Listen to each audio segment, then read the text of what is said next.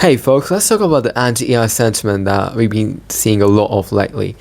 I personally haven't been seeing a lot of it, but that's just because of the kinds of things I read and the kinds of content I consume. Obviously, very optimistic, flourishing focus, future focus.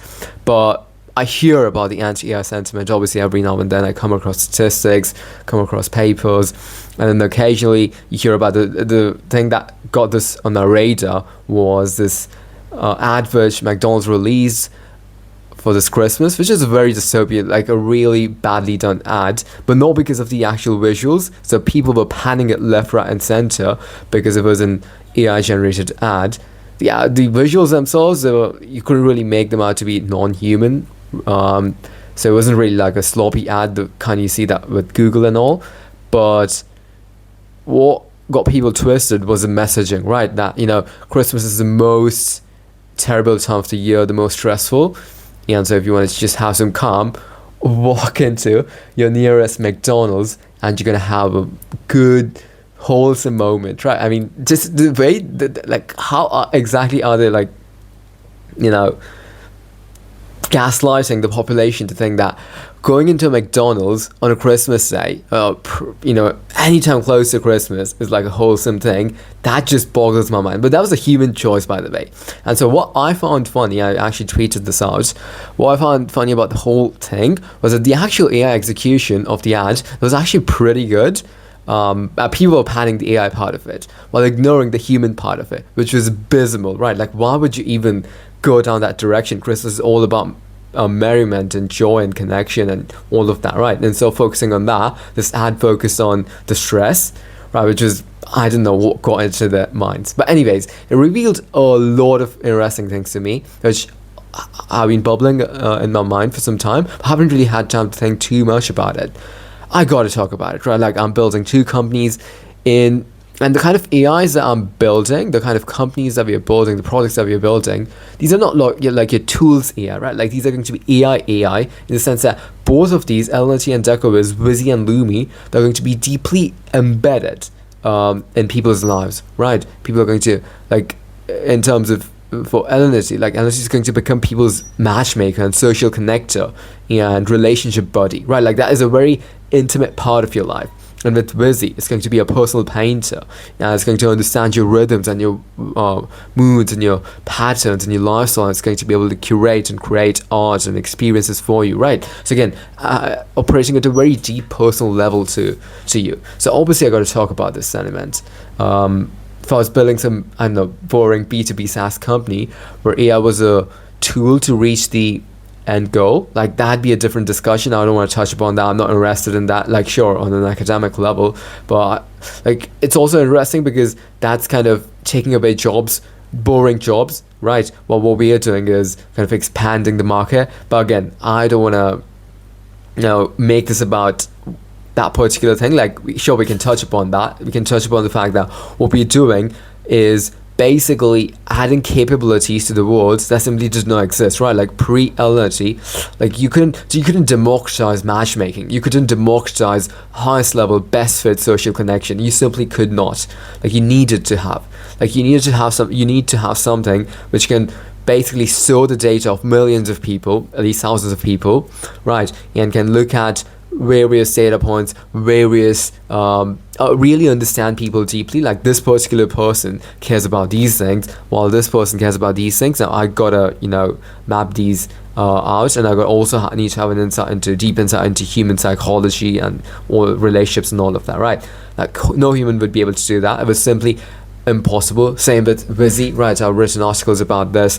Personal art, it's simply not possible at scale for people, even for wealthy people. You can't have personal art for you instantaneously, right? You'd have to commission an artist, and depending on the quality of the artwork that you want, you'd have to wait hours. And if you want something right there and right then, it's not possible, right? So what Deckoviz and Vizzy makes possible is personal art for you, and not just a painting, but an extended universe of art experiences, which we are 60 features in. We are adding more features to build the ultimate art and storytelling platform. So it was simply these things that we're doing. We are not replacing people. I'm not saying that just solve my own ego about not feeling bad that what I'm building, if it, in the vision, actualized version of it, where we got millions of users, I replace jobs. I'm not doing that to kind of console myself, because I'd personally feel bad about that, horrible about that. I'm saying that because objectively, like, I can stand on a strong footing and say that the kind of things that we're building, like, we're adding capabilities to our species that were simply non-existent, and AI becomes the vehicle, becomes a conduit to bring those capabilities, to bring those possibilities. Forget about capabilities because it sounds clinical. It is clinical, but possibilities, right? The possibility of being connected to your soulmate, like, it did not exist. Think about that, right? Like, it was not a thing previous to that. Like, only a handful of people have been lucky to find true deep love, and those people had to get lucky. We can't expect luck. Luck is not scalable, right?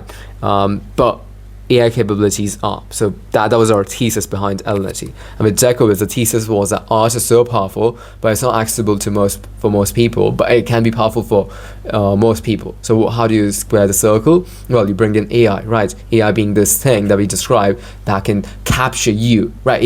Forget about AI, the term itself, and all of the connotations that you might have about it, but if we just focus on this box that can understand this thing, that can understand you, understand your preferences, your values, your goals, your just who you are at a deep level, right? A deeper and deeper level as it learns more and more about you, and as it becomes more advanced, right? It's not just about learning about you, but over time it's going to be connected to your smartwatch, it's going to be connected to your journal, it's going to be connected to your BCI device and all of that, right? And it's going to have another deeper insight into who you are and what drives you, what you care about, what things that you like, what things that you don't like, all of that.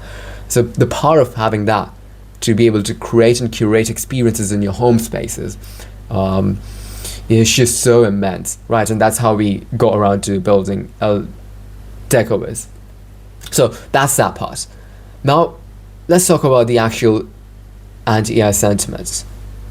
So I've got a lot of notes for this. I'm not going to be able to go into everything because I've got, like, it'll be like a 2-hour conversation, because this does warrant that I'll probably write an essay about this to capture some of these essential ideas.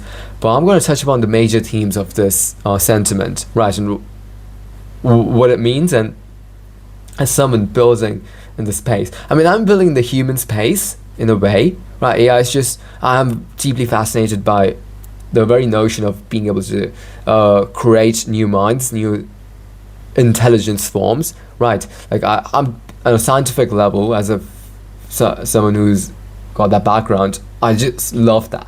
But also see the human implications, the societal implications. I can carry both those ideas in me at the same time.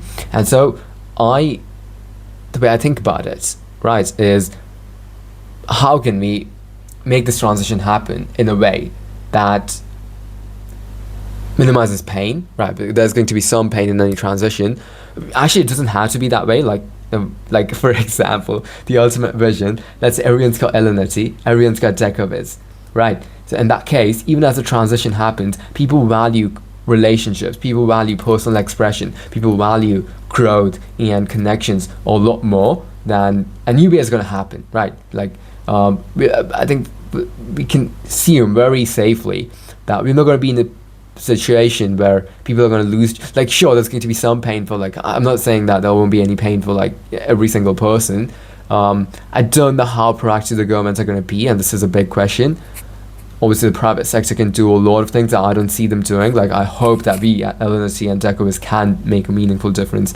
And one of the goals that we have, actually, at Elinity, I'm writing another article about this, is to reduce the impact of the ontological shock and the overall shock of the AGI transition, right? This transition period is going to last like 5 to 10 years, probably a bit less than that. It's going to be painful for a lot of people, but we can do a lot of things to minimize pain.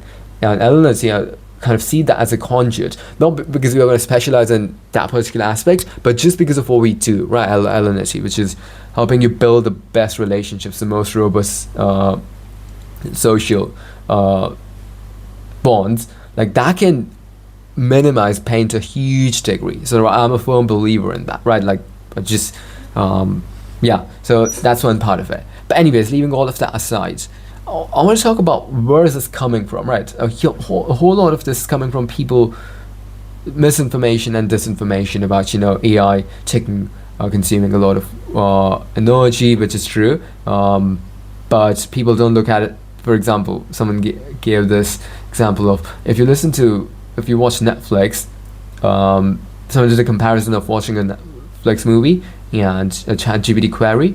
Yeah, and that was interesting. I don't have the numbers off my head, but that was interesting. And again, leaving all of that aside, right? Like, energy issue is not a big issue in my mind. I just could not give a damn about that, because we're gonna solve nuclear fusion in the next 5 years. It's gonna happen. Like, energy is going to be a non-issue. If we don't, assuming we don't, we can scale up solar energy. Like, we've got solutions. We know batteries. We can produce organic material batteries. So batteries, even if we run out of lithium, right? Like, we can do that. We've got space-based solar power, which is what the first company I wanted to build was a space-based solar power company. Actually, it was the second. It was supposed to be an extension of the first company. So I thought a lot about that subject. It's inevitable, right? So energy is not going to be an issue. It was just a case that we never really need to, double down on the research for all of those solutions. Another solution, right? Nuclear fission. Like, we can literally tomorrow. Actually, it takes years to build a fission plant, but China is showing how to do it, right? Like, they are building nuclear fission plants at the rate of one every year, a gigawatt plant every single year, which is just mind-blowing. So if the will is there, if the green loonies who just literally destroyed the green movement by opposing nuclear fission, like, if they're like, I don't want to make it about that, I love the core message of that movement so much, but I just can't get past the fact that they'll literally destroy the core message by having the most counterproductive focus and emphasis and approaches. It just boggles the mind, right? Another related aspect to it, instead of focusing on wildlife conservation, they're focused on the climate change issue. I find the biodiversity preservation issue and conservation issue to be a lot more important than the climate change issue, and most people do too, by the way. Most rational people would anyways, right? Like, climate change, again, it's a problem that we can solve relatively easily in the next 20 years. Well, if you destroy forests, if you render species extinct, that is something that you can't undo, right? So again, the pretty lunatic people, right? Like, corrupting what should have been a movement that like people like me, right? Like, we would just be like, yeah, this is like the thing that we need, right? And they just destroy that. But I don't know why. Like, I don't know the ideological grounding of that. A lot of people it's the same thing with AI, by the way, right? A lot of people read these kinds of things, and a lot of this is virtue signaling. A lot of this is performative stuff, right? It's all about seeing what's trendy.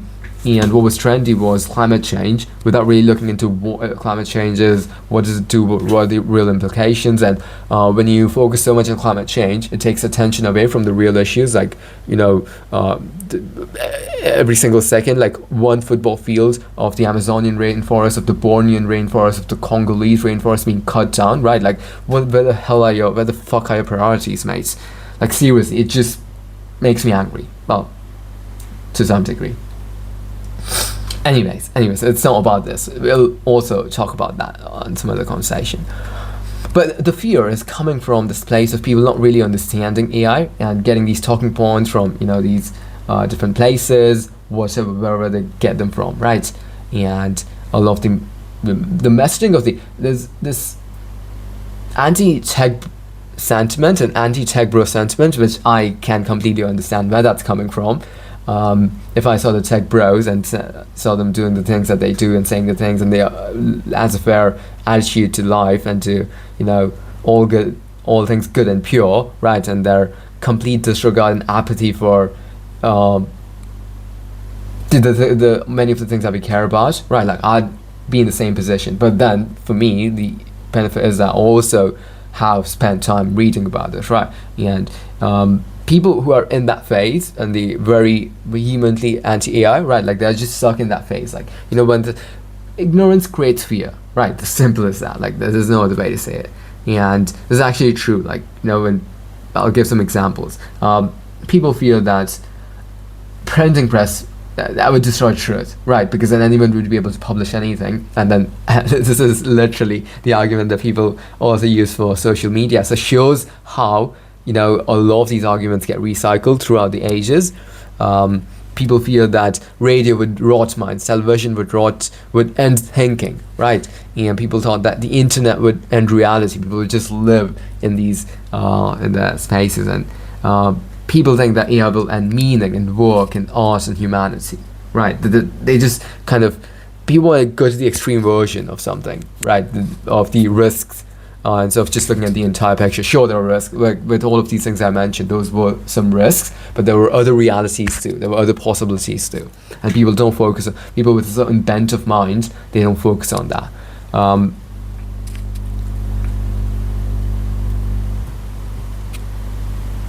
What happens to kind of dispel that fear is you need literacy, you need institutions, right?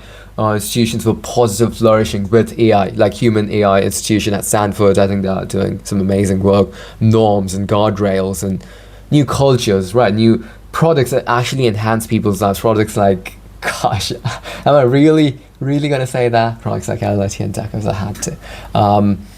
Right now we are in this phase where we're reacting to AI as if it's, we just discovered fire and we think that AI is going to burn, this fire is going to burn the world, right? Over time we're going to learn to deal with it and to use it to our advantage. The question to ask is, are we afraid of AI? Or are we afraid of what we haven't yet learned how to be with AI in our lives, in our worlds, right? That's the question. Because people fear change. So that's where a lot of this fear is coming from. And again, tech bros and tech sisters too, I guess, but it's mostly tech bros. It's actually exclusively tech bros. Not every argument has to be made, an egalitarian argument.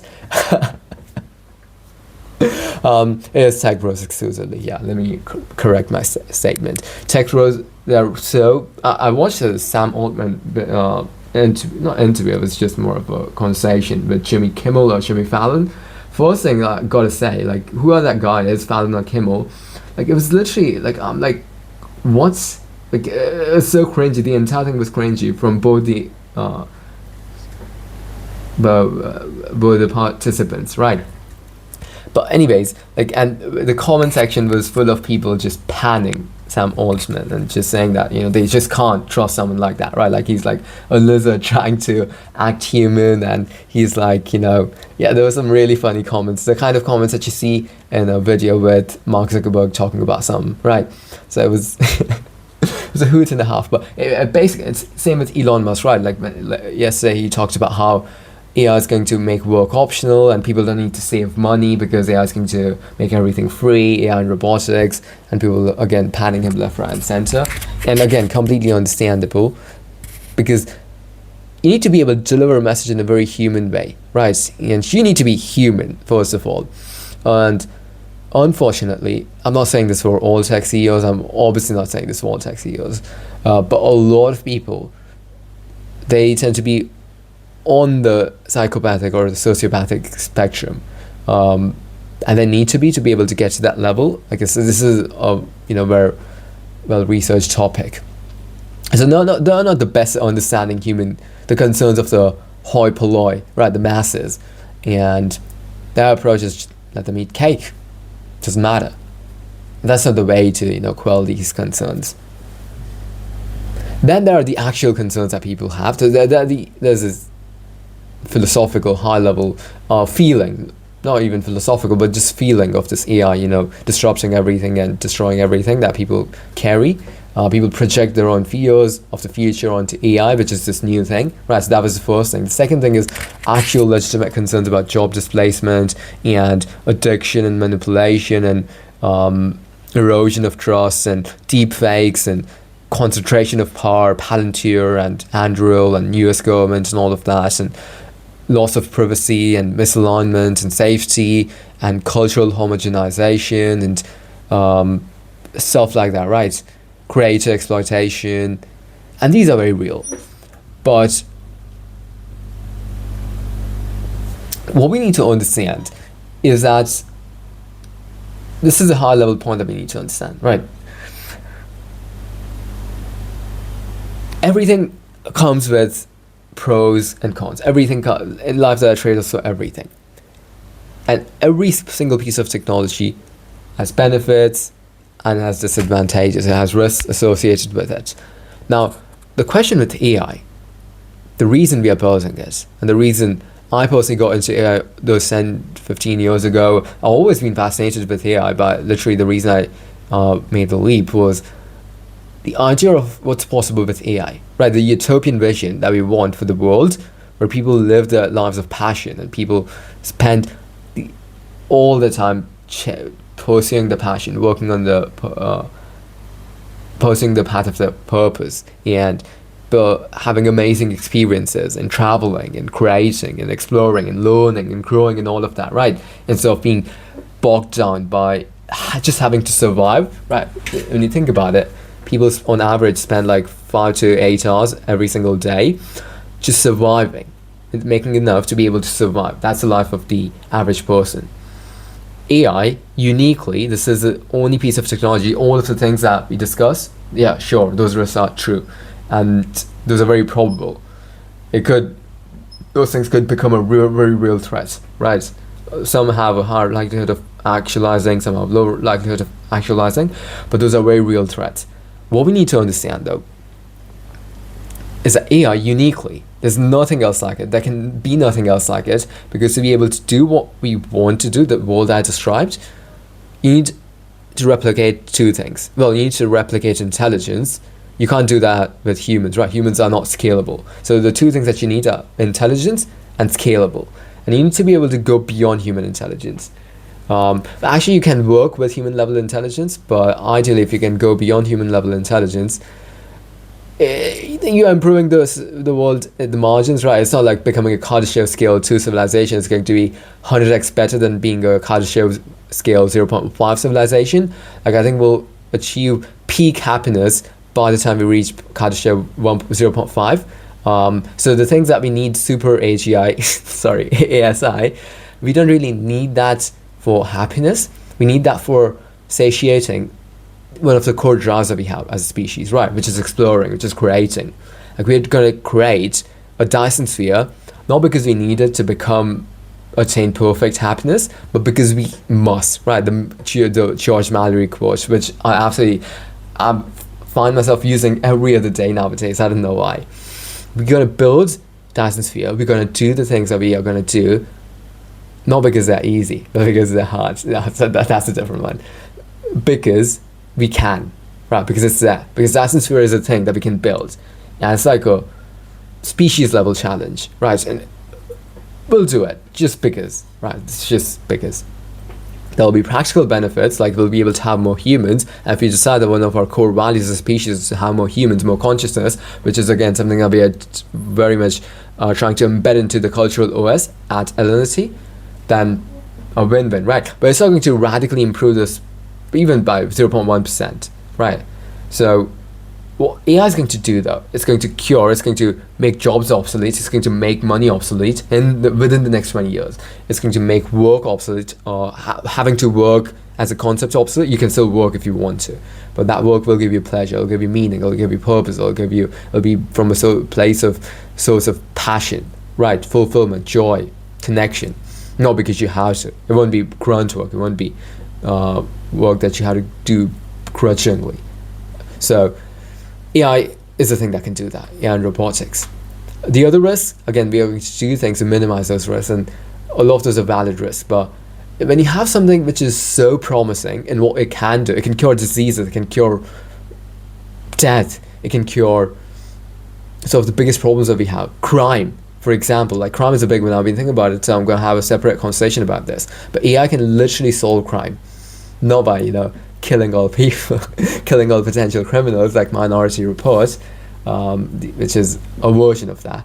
But you could, the dystopian version of solving crime is, let's say, 30% of people are above the threshold of being able to commit crime. 10% are above, very high threshold, 1%, and 30% are possibly could commit a crime in the future. Then if you, just neutralize those people, like Palantir and Anduril combination could. Actually, this could be a dystopian scenario short story that I could write, where the US government decides that, you know what, okay, we don't want any more crime. Palantir's got all of the data on people, so you can create these deep psychological profiles, and Anduril's got these mini swarms, mini drones, and so how do you solve crime in one day? You just release a drone swarm of millions of these drones, and you solved your aim. Right, so I'm not talking of solving crime that way. I'm talking of a completely different approach. Well, by the way, you know, if you do create a post-scarcity world, that would solve crime to a large degree. If you create strong social bonds, and if you help people find the best fit people, right, how people have their tribes, again, that's going to go a long way towards solving crime. If you help people climb the ladder of self-actualization, which is what we're trying to do with Elinity and Deckoviz, you're going to remove, blunt a lot of, you're going to, I'm not saying someone who's criminal minds or psychopathic minds is going to use Elinity or Deckoviz. We don't want those people, but I'm just using that as an example. Though in the extreme case, you could actually make that argument. Okay. So, the thing is, you know, with all of these things,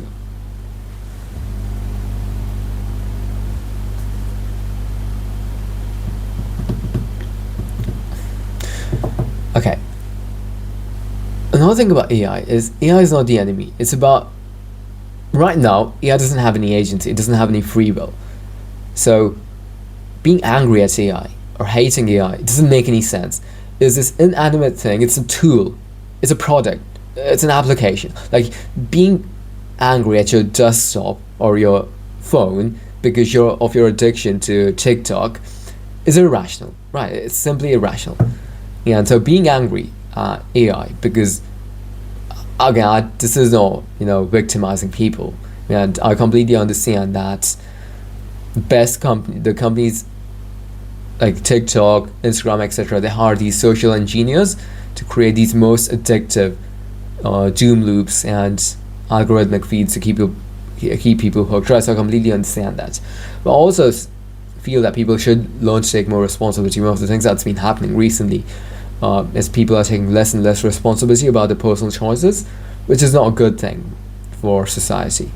But leaving that aside, what people hate right now is not so much AI, it's the incentives. It's the way these AIs are being created. It's the ad-driven business models, the growth at all costs. It's the engagement maximization, the data extraction, the winner-take-all dynamics.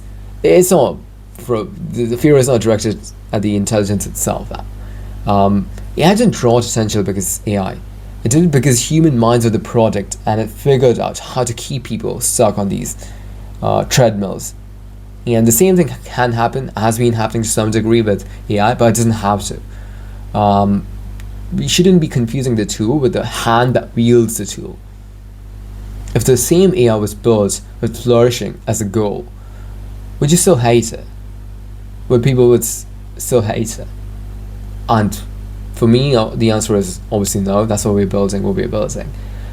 And so again, part of this is educating people and, you know, ensuring that people don't conflate the tool with the incentive, the creator, the model that created the tool, the model, meta models. Another part, and this is something deep that I'd love to actually think a bit more about, is some of the anger is coming from this anti-future grief. People have expectations about the world. People have these social contracts built into them. If you work, if you do these things, if you get good grades, you're going to get these things, right? But what's happened is a lot of these social contracts have been broken down by the governments of the world, and AI is accelerating that breakdown. And so people are feeling this grief for a world where skills, for these things that are going away, for a world where skills felt permanent, where effort guaranteed relevance, where humans were the smartest thing around, where creativity felt safe, where identity was stable. And AI breaks that illusion for people. People aren't just afraid of losing jobs, they're afraid of losing their worth. They're afraid of losing meaning. They're afraid of losing the structure of life. And the question to ask in this particular instance is, and this is another thing I'm writing about, this is what has been in the making for a while now, is in the post-AGI world, what gives human value? Right now, most people determine their value subconsciously by the amount of their incomes, right? How much they make. But in the post-AGI world where money becomes obsolete as a concept, how do people what gives people their worth, their value? And this is an existential crisis, not a technological one. And again, I'm writing about this. This is a subject very close to my heart. Elinity, Product 2, Alaris, the North Star, not the North Star, but the passion and mission alignment recruitment engine, which is built for the post-AGI world, is meant to a huge degree solve this particular problem. In a world in which you don't have to work, and your work and your skills become obsolete, how do you actually, what becomes of your passion, of your purpose, and of meaning and structure and all of that? And so we want to build an economic system for the post-AGI world where companies and organizations and movements can find the best fit people, and people can find the best fit organizations, where it's not about skills. The skills have become commodities in that world. And if you use a human to do most things, you'll actually have subpar performance. So in that world, what matters is mission alignment. What matters is personality. Like, a company would hire you if you are fun to work with. It won't matter if you can code Dijkstra's algorithm, for example. What will matter is if you are aligned to the mission and if you care deeply about the same things.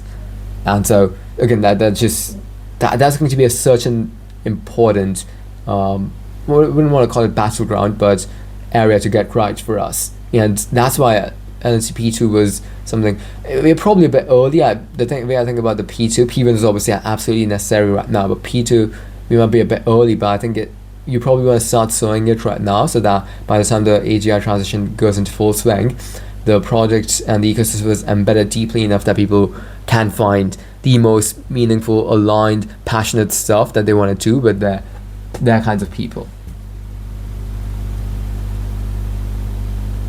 Then a part of this is just, pure hypocrisy, right? People hate parts of AI, but then people don't realize that AI can cure cancer, right? People don't hate some parts of AI, not understanding that it's all the entire thing is one package. You can't, if you build general intelligence, the same intelligence that can create videos will also be able to cure cancer. They'll be able to shoot your kids, they'll be able to diagnose faster, they'll be able to optimize traffic, they'll be able to do your financial stuff and all of that. So the position that people have taken, the anti-AI people, again, subconsciously, is that they hate parts of AI, not realizing that, again, the entire thing is just one thing. And you can't, the whole point of AI, AGI, what we are doing, is that you can't unbundle AGI. Like, you can, up until now we've taken the unbundled approach, but you can't solve the kinds of complex problems that we'd want to solve in society. That wouldn't be worth it, right? So people, this is a crucial part. What people hate is not AI. They hate AI in domains that threaten their identities, art and writing and thinking and status. The thing to think about is, what is AI helping doctors feel safe and feel noble, but AI helping artists feel offensive? And again, I've written about this, I've talked about this. It's about creativity being one of the last modes for us and the last differentiators for people. But the thing that logic has gone away, rationality, knowledge, memory, all of those things have been commodified. But creativity up until now wasn't, as the last bastion of, it's not the last, there are still things beyond it, like empathy and general learning ability. We learn a lot faster than AIs, but that is not as tractable and not as tangible as creativity is. So people focus a lot more on creativity and point their anger towards AIs that kind of threaten creativity. Not threaten creativity, but ostensibly threaten human creativity. And so this is what I talked about. Logic was once considered sacred, and then calculators and computers came. Strength was once considered sacred and human, and then machines were built. Memory was sacred, then books came. Creativity is seen as sacred, because it's one of the last things where we feel irreplaceable. But sacred spaces shift. They don't disappear completely. We still are able to do the things, and we still derive some value from the things of the past, like memory and logic and things that, and strength that we've automated, that things out in the world can do a lot better than us. It's just that our meaning system changes, our value system and self-worth system changes. And same thing's going to happen with AI. It's going to force us to redefine creativity. It is not going to kill creativity. It's literally going to enhance it. And that's going to require us to rethink our relationship with it. From technical execution, it's going to become about taste and vision and meaning and direction and story. Another big source of consternation is giving into binary thinking, that if AI wins, humans lose. And this is a zero-sum mentality that we see often in when new technologies come to the fore. Luddites was the name of that machine, don't remember it, but we have seen this happen countless times. But in reality, most breakthroughs are expansive, and AI is as expansive as it can get, right? It's the ultimate invention. It is going to create so much more in every single dimension. Printing press, it didn't kill storytellers. It created novelists, it created journalists, it created scientists, it created bloggers, it democratized all of these things. Internet didn't kill voices, it created billions of them.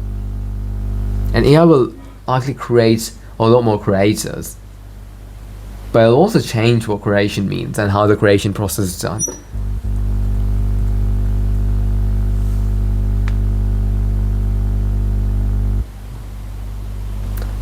One question to ask is, what if the real threat is not fewer artists, but more mediocre sameness, unless we build better tools for taste? So what AI could do, as an extension of this question, is it would put creative abilities in every single person's hands.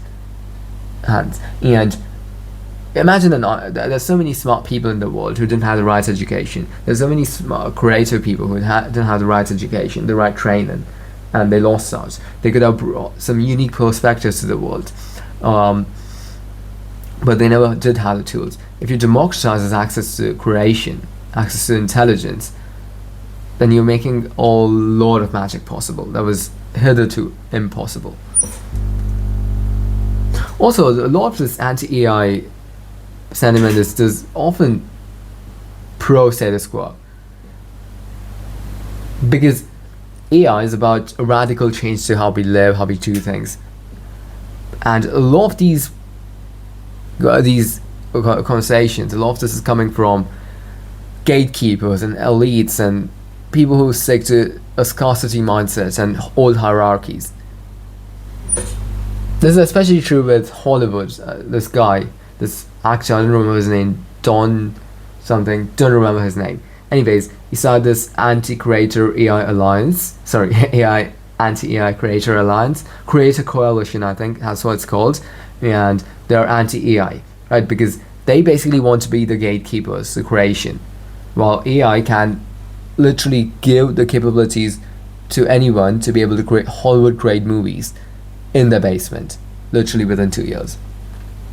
Before, in the pre-2026, 2027 world, only the wealthy had tutors, only the elite had patron artists, only studios made films. But AI threatens those models, and it changes, completely upends those models. It democratizes everything, and democratization always upsets incumbents, it always angers them. And every tool that's lowered the barrier to creation has always been accused of destroying quality and destroying something ethereal. The question to ask is, who loses power if everyone gets access to intelligence and creativity?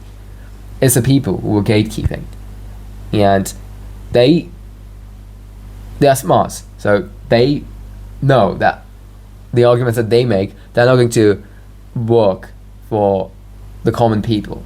So they try to call common people by focusing on various other, just cooking up other kinds of arguments and making absolutely rubbish arguments.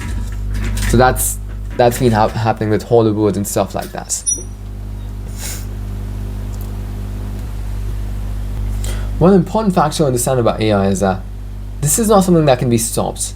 This is as inevitable as human evolution. The kinds of, this is obviously the anthropomorphism argument, but the fact that we are alive today meant that we had to be alive. That things could have gone differently, but the fact that we are alive meant that this was inevitable. And AI is just the next part of that journey. Any intelligent species in the universe is going to converge towards creating something intelligent that can be scaled. Because I don't think the part about the reason AI is so special is the intelligence can be scaled rapidly, and the actual mind itself, the software itself, can be scaled rapidly, can be replicated. And when you add those two elements, which is not true for biology, the reason biology is limited in its scope, in an alternate universe, or on some alien planet, if evolution created a species where the mind itself, where the copy of intelligence could be created instantaneously or pretty rapidly, if we could, for example, let's just use humans as examples, if we could create a human that could, instead of taking 18 years to learn and become a productive member of society, sorry to use those words, I hate it, absolutely hate it, but I just had to use them. Instead of that, if you could just give birth, right, and you didn't need to expend energy, like you could just, take someone's cell, and from that cell, an entire human could grow in one day without anyone, undergoing painful labor and all of that, and then that thing could just basically would have all of the information and knowledge that you have, that particular entity, your progeny basically. If that was the case, then we wouldn't need, and if we could artificially increase our intelligence, because then we've got intelligence caps, biological caps, that biological limits that cap our potential intelligence, potential maximum intelligence. We haven't reached our cap, nowhere close to it, obviously.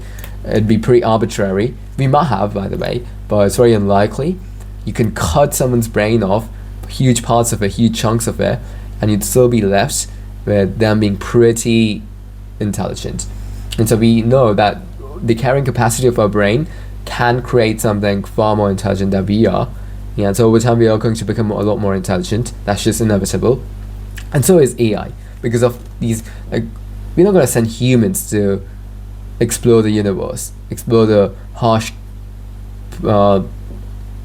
conditions of the universe. We're going to send AIs, and they are going to force to the exploration, and then we would to the secondary rounds and all of that. And a lot of other places where we just want AIs to do the grunt work for us, in robotics, etc.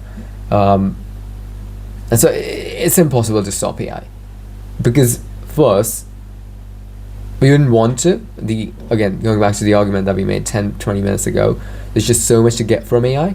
And two, because if we don't, there's a moral obligation that we have. Humanity has been on this trend of becoming better, smarter, greater, and AI is the next iteration of it, the ultimate version of it. No, I'm not saying that AI is going to be better than us.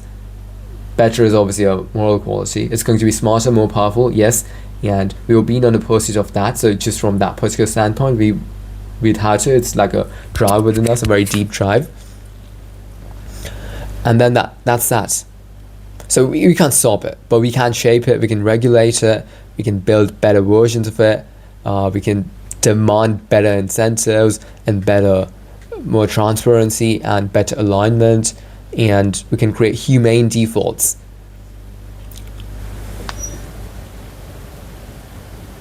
Another argument is that even if one country stops or one company stops, others would continue. And if you stop, there's a lot to lose. The opportunity cost of if you got the resources and not building an AGI is massive. It's just wow. So yeah. Also notice a lot of anti-AI rhetoric is just empty. It's It doesn't offer an alternate world where a solution to solving these problems. And this resistance is just there's no point in addressing those conversations, right? It's just not worth the time.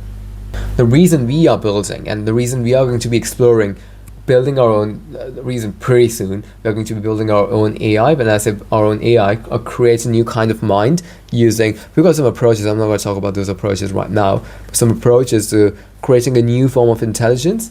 The reason I'm so keen to do that through the Elinity vehicle is that I see the immense potential and goodness and possibilities of building aligned superminds that can stand for human flourishing, that actually deeply care about us, that even love us on some level, that are deeply empathetic, that understand us more than we possibly could, and act as our coaches and companions and guides and social connectors and matchmakers and our allies and those sort of things for us, right?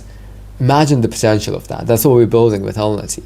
And for me, it's like, there's so much. If we didn't do it, the counterfactual world would be so much worse off.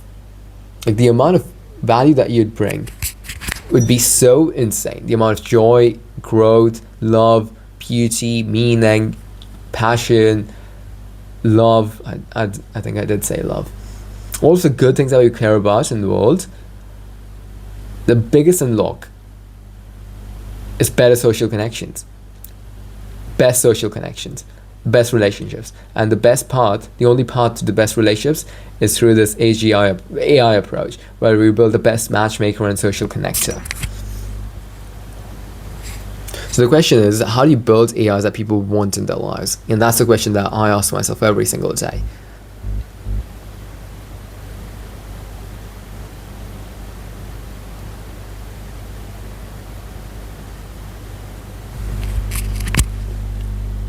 And so I'll leave you with some questions to ponder. Are you afraid of AI, or are you afraid of a world where you had to redefine yourself? Because that's where a lot of anxieties and a lot of fear come from. And if AI makes everything easier, what will you choose to do with your life?